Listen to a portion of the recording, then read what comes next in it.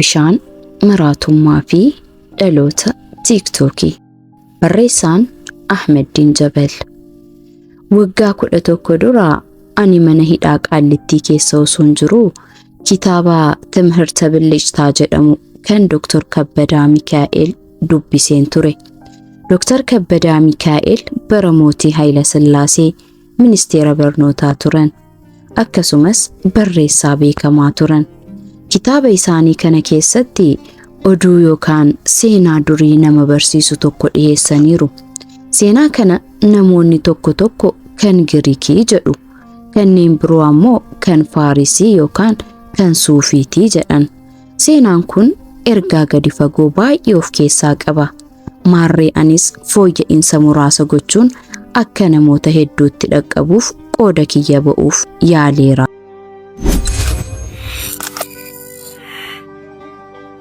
Bara durii biyya mootii tokkoon bultutu turte. Hayyoonni biyya sanaa rakkoo guddaa tokko hubatan. Waggaa 3 booda laggeenii fi maddi bishaanii biyya sanaa hundi akka summaa'u irra qaqqaban. Namni bishaan sana dhugu hundi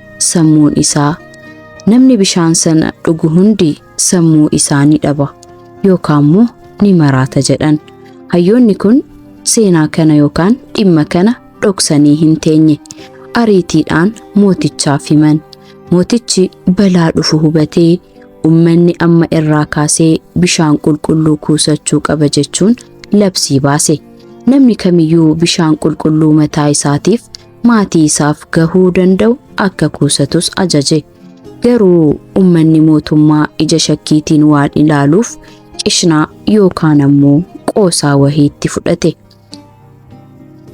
jedhee bishaan waaqaa bu'u nama maraacha jedhee labsii baase jedhanii qoosan. Maraannaa hamaa sana irraa mataa isaanii fi maatii isaanii hambisuuf bishaan hin kuufanne. Garuu mootichi, aangaa'onni fi hayyoonni muraasni qishnaa ummataa fi rakkoo sana hubachuu dhabuu isaa sirreessuuf osoo hin qabsaa'in maaltu nu dhibe jechuun of qofaaf bishaan kuusanii of eegan.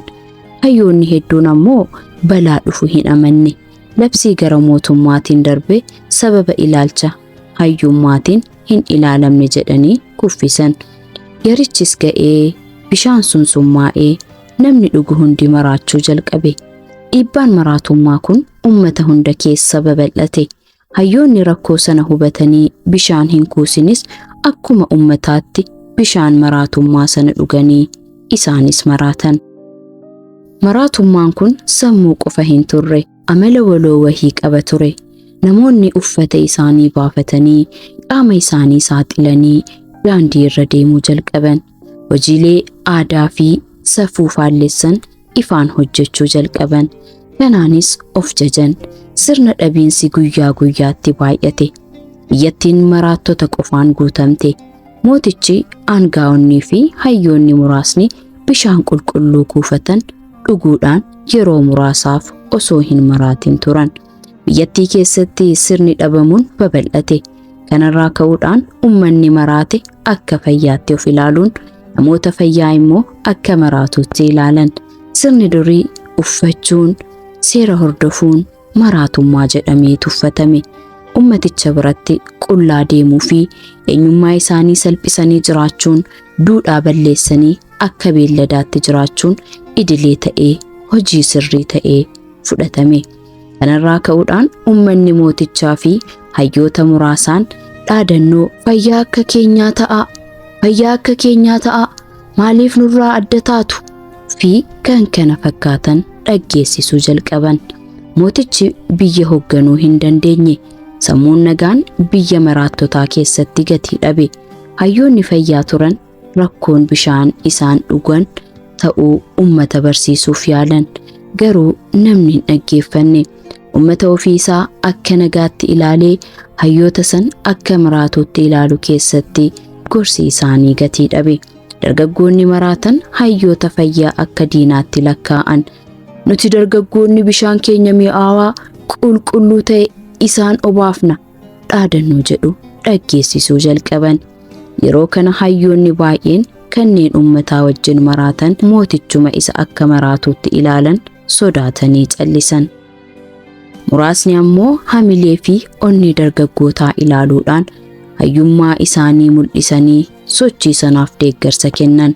Mootummaa dhiisanii hayyoota warra sochii dargaggootaa maraatanii faallessan mormuu jalqaban.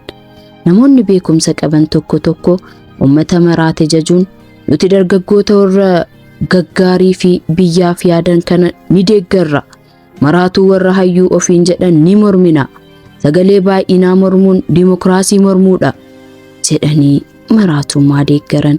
Dargaggoonni maraatanii fi ummanni isaan jaalate. Hayyoonni fayyaa hafan haala jiruun rifatanii maal gochuu akka qaban hin beekne. Tokko tokko dhokatanii jiraatan.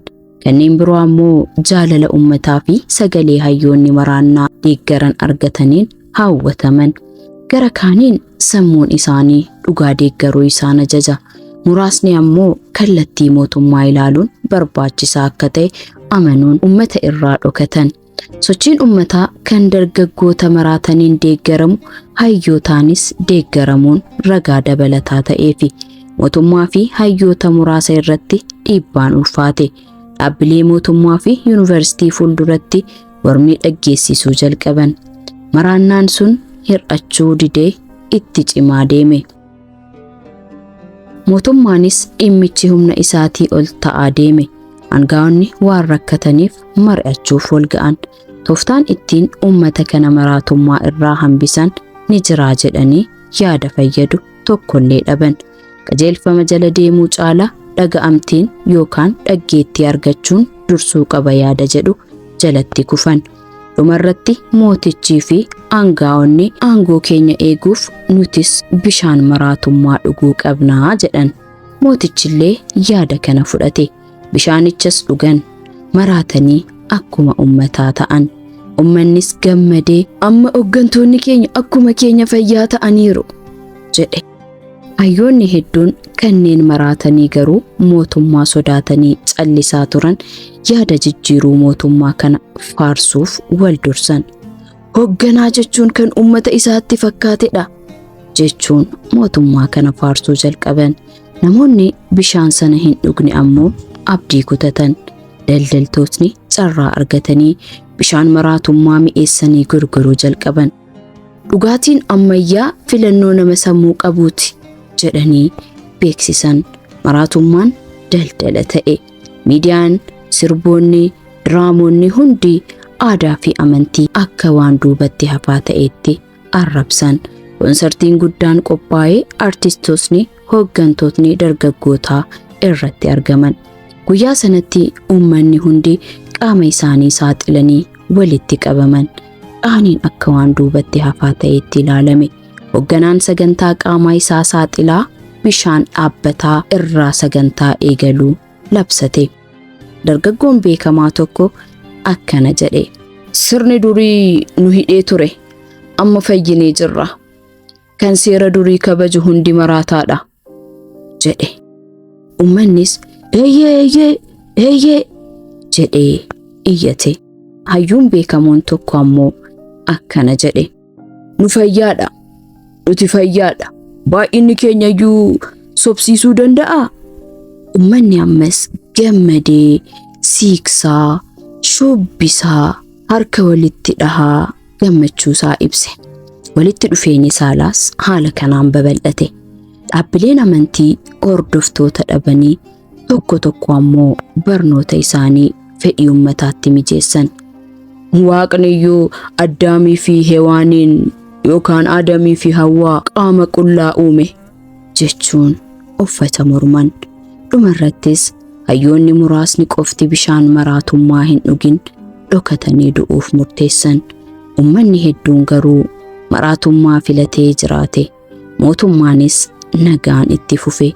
Hooggantootni maraatan hooggantoota maraatota ta'anii aangoo isaanii eeggatan.